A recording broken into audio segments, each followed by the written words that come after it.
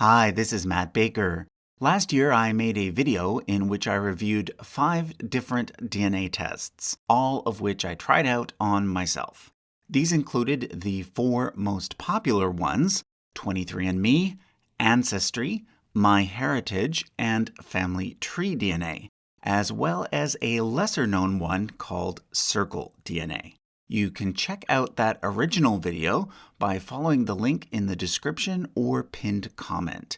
It includes some important explanations about DNA tests in general. Well, this year I decided to take 5 more tests. So the new ones, which I'll be reviewing in this video, are Cri Genetics, Living DNA, Nebula Genomics, Helix, and Tellmejen. These 5 are not as well known, so I was interested to see how they compared to the big 4. But before I begin, I do want to disclose that I did receive some of these kits free of charge for review purposes. And in some cases, I even receive a small commission if someone uses the links in the description. However, that said, I'll be keeping an open mind throughout, and I'll be giving you my honest opinion about each one. So let's get to it.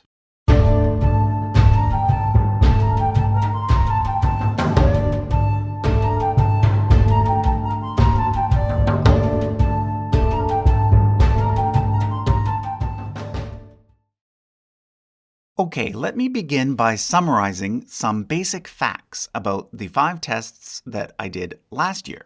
First of all, here are the current starting prices. Although please note that you can usually get a significant discount by ordering during a sale. For example, most of these companies were offering up to 40% off recently because of Mother's Day. Second, you should know that there are 2 main methods for DNA collection. There's the relatively easy cheek swab method and the slightly more difficult spit in the tube method. 23andMe and Ancestry both use the spit method, whereas MyHeritage, Family Tree DNA, and Circle DNA all use the swab method. In either case, make sure you don't eat or drink, or even brush your teeth for at least 30 minutes prior to taking the test. And make sure that you register the kit before sending it in. Now, one of the main reasons why people want to take a DNA test is to learn something about their genealogy. So all 4 of the main companies give you an approximate breakdown of where your ancestors likely came from, as well as matches to other users who are closely related to you. Currently, Ancestry has the largest database with around 20 million users, followed by 23andMe with 12 million and MyHeritage with 5 million. Generally speaking, Ancestry and 23andMe are more geared toward the US market, whereas MyHeritage is more geared toward the European market. Now, as I explained in my previous video, your ethnicity percentages and relative matches are based on something called autosomal DNA. However, there are 2 other types of DNA that are useful for genealogical research: mitochondrial DNA and Y chromosome DNA. These give you information about your female-only line, and if you are biologically male, your male-only line. Of the 4 big testing companies, only 23andMe includes this information as part of the base price. You can also get it from Family Tree DNA, but you have to pay extra for it, which, if you really want to dig deep, might be worth it, because Family Tree DNA really excels when it comes to mitochondrial and Y chromosome DNA. The final thing to note is that of the 4 big testing companies, only 23andMe gives you in-depth health-related information, if you're willing to pay extra for it. Most of the other companies give you information about basic traits, like what type of earwax you have, but not about anything serious like cancer risks. So if you're looking for both genealogical and in-depth health information, 23andMe is the way to go. Now, Circle DNA is a whole other kettle of fish. They focus almost exclusively on health-related information rather than on genealogy. So if you're only interested in health, they are another option to check out. Okay, so let's now move on to the 5 new tests that I tried recently. I'm going to cover Nebula DNA first, because they stand out as being quite different. This is because they are one of the very few companies that offer whole genome sequencing. Basically, most DNA companies don't actually test every single line of your DNA. Instead, they focus on certain areas that they've deemed important for distinguishing your ethnicity or for determining certain traits. However, if you're willing to pay about $1,000, Nebula will sequence your entire genome based on a simple swab test. This is particularly useful if you want to dive really deep into specific genes related to certain potential health problems. Basically, what Nebula does is it links specific genes found in your particular genome to specific genes mentioned in recent DNA studies. So, if you sign up for whole genome sequencing, the resulting library of personalized reports ends up being pretty big, and there's new stuff being added all the time. At the moment, it has found 284 reports for me, one of the most recent being based on a 2021 study about gallstones. The main result is shown here. It indicates that I have about an average predisposition to getting gallstones. And if I click on View Full Report, I can find out why. Here it shows me the names of the actual genes used in the study, as well as the variants of those genes that I myself have. Green puts me at higher risk, whereas blue puts me at lower risk. So you can see that I've got a bit of both, which is why I ended up in the average category. Now, what if you just want to know what you scored really high on, so you know what to watch out for? Well, if I sort by polygenic score, it shows me my largest numbers first. So, for example, it says I have a very high genetic predisposition to rheumatoid arthritis. In fact, it says that I'm in the 99th percentile. Now, this doesn't mean that my chances of getting rheumatoid arthritis are 99 to 1. What it means is that 99% of the people that took this test have a lower chance than me of getting this particular disease, and that only 1% of people have a higher chance. If we look at the full report, you can see that I have more green areas than blue, which is why I'm at a higher risk. Now, interestingly, I do happen to have rheumatoid arthritis, so Nebula was spot on in this case. However, once again, let me remind you that DNA tests cannot tell you for sure whether or not you are going to get a certain disease or have a certain trait. This is because there are usually many factors involved beyond just DNA, such as your environment and personal choices. So for example, Nebula also found that I have a very high genetic predisposition to insomnia. However, this is not something that I've ever had a problem with. Okay, next up is Cri Genetics, which also uses the swab method. And like most of these tests, costs around $100. This one is quite similar to the Big Four in that it gives you a detailed breakdown of your various ethnicities. So in my case, it predicted that I am about 45% German.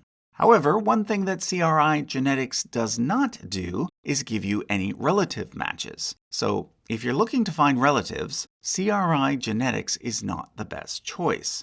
However, if you mostly just want to learn about yourself, Cri Genetics does give you a bunch of extra trait information as part of their base price, which is something that Ancestry, for example, makes you pay a bit extra for. And Cri Genetics actually gives you quite a bit more.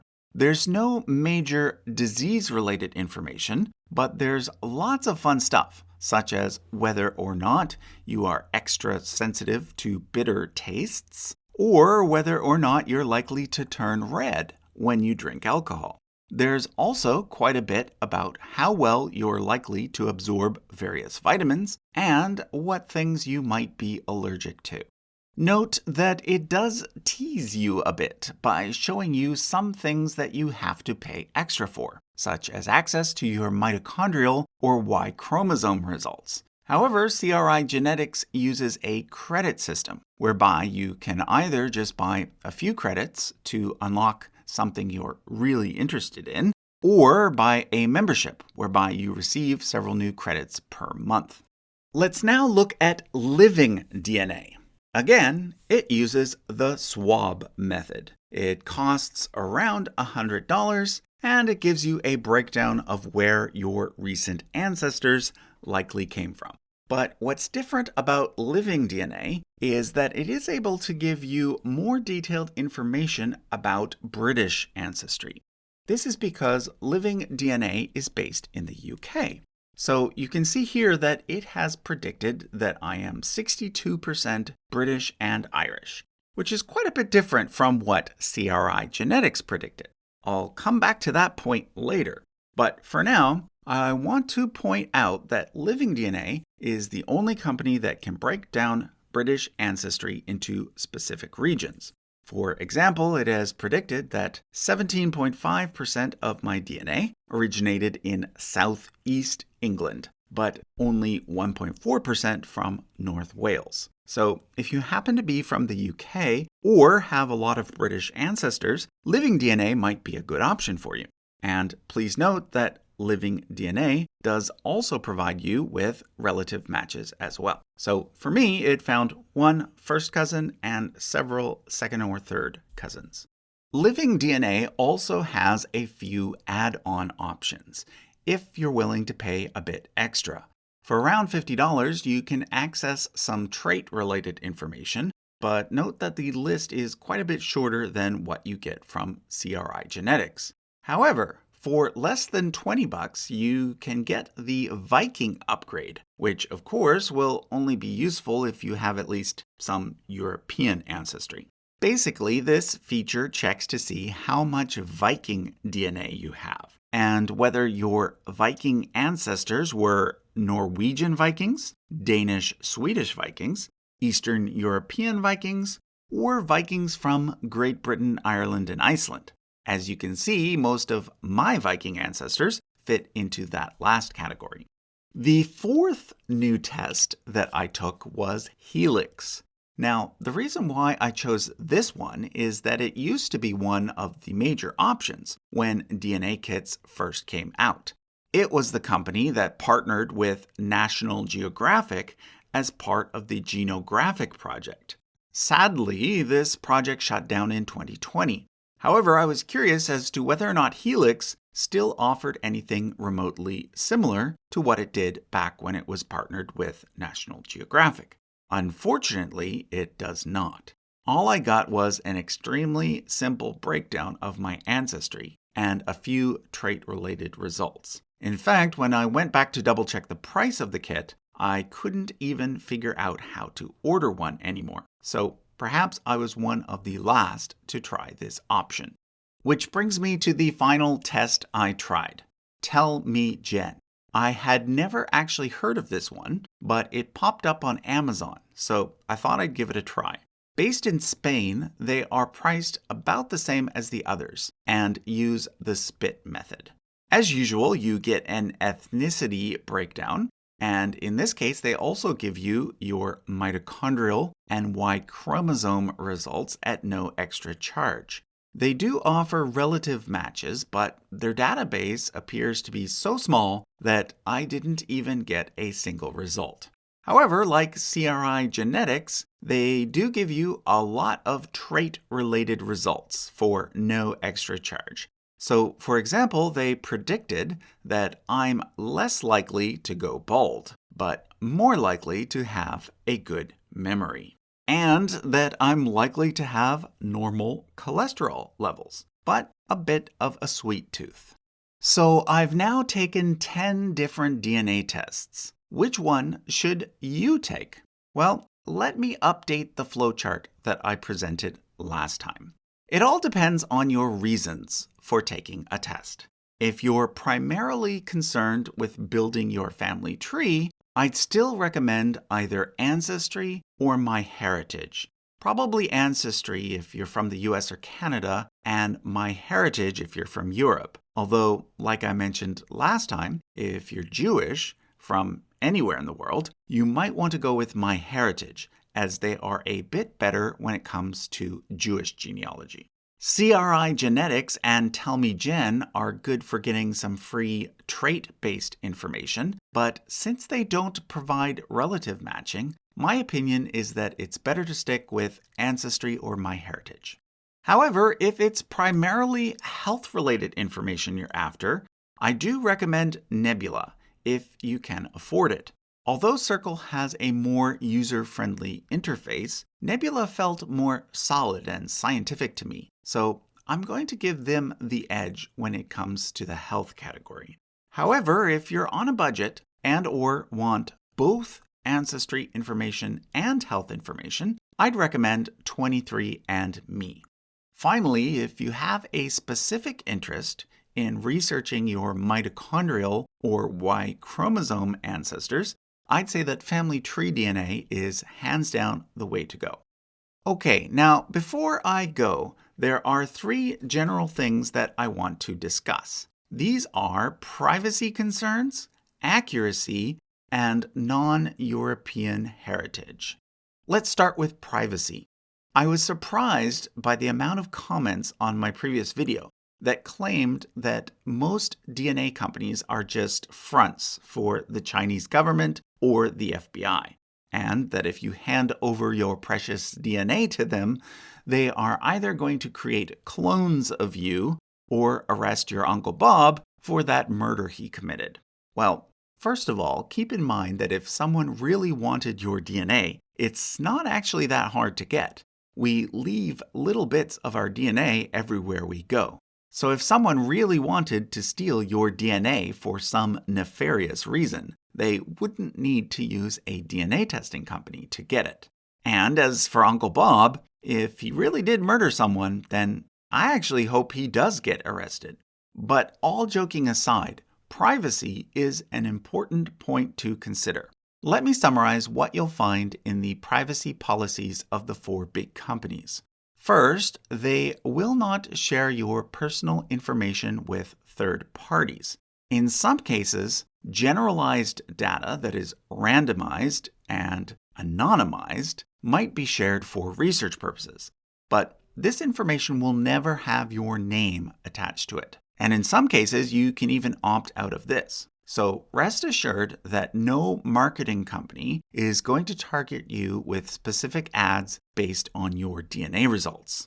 Second, in the United States at least, no insurance company can force you to reveal your DNA results or deny you health insurance based on your results. This is because of the Genetic Information Non-Discrimination Act of 2008. Third, with the exception of family tree DNA, your results will not automatically be shared with law enforcement. As with most things, the police would have to get a warrant if they wanted to access such a thing. And even if they did, what they would be given would not be any different from what your relatives are already allowed to see on the website. Fourth, you can even opt out of relative matching if you just want to see your results, but you don't want any potential relatives to be able to find you or see your information. Finally, at any point, you also have the option of requesting the company to delete your data entirely and even to destroy your sample. So generally speaking, DNA testing is pretty safe. However, keep in mind that terms of service can change and companies can be sold. So if privacy is something that you're concerned about, do your research and keep up with any changes to privacy policies. Okay, so what about accuracy? Like I said, I've now taken 10 DNA tests. 7 of those gave detailed breakdowns of my predicted ancestry composition. Let's now put all of the results side by side. Well, you can definitely tell that I'm white, but notice that there's some pretty major disagreement over whether or not my ancestors came primarily from Germany or primarily from Britain and Ireland. Also, some of the tests seem to pick up on a good percentage of DNA from other parts of Europe, but others did not. So, what gives? Well, keep in mind that these ethnicity estimates are just that. They are estimates, or guesses, based on comparing my data to other people's data. And each company uses a different algorithm for figuring things out. So when it comes to very broad categories, the accuracy is going to be very high. Obviously, my ancestors came primarily from Western Europe, not Africa or Asia, or even Eastern Europe. But when it comes to distinguishing between, say, Anglo-Saxon ancestry from England and mainland German ancestry, it gets a bit more tricky. After all, these two groups are closely related. So just keep in mind that you should take it all with a grain of salt. Luckily, most sites will update your results every now and then as their database grows. So hopefully your results will get more accurate over time. Which brings me to the question of non-European heritage. When DNA tests first became available, the vast majority of people who took them were white, and therefore to this day, most DNA companies are still better at breaking down European ancestry than non-European ancestry. However, as more people from non-European descent take these tests, things are slowly improving. For now, if you are a person with primarily non-European heritage and are wondering which test to take, I'd say it's probably best to go with one of the companies that have a large database, such as Ancestry or 23andMe. However, stay tuned to the channel because I hope to delve deeper into this topic in the future. I'll be starting by partnering with my friend Jabari from the channel From Nothing to do a video on which DNA test is best for African Americans. Okay, so that was a look at 5 more DNA tests for a total of 10. If you're interested in learning more about any of the companies that I've discussed in this video, I'll leave a link to each one in the description and pinned comment. Thanks for watching.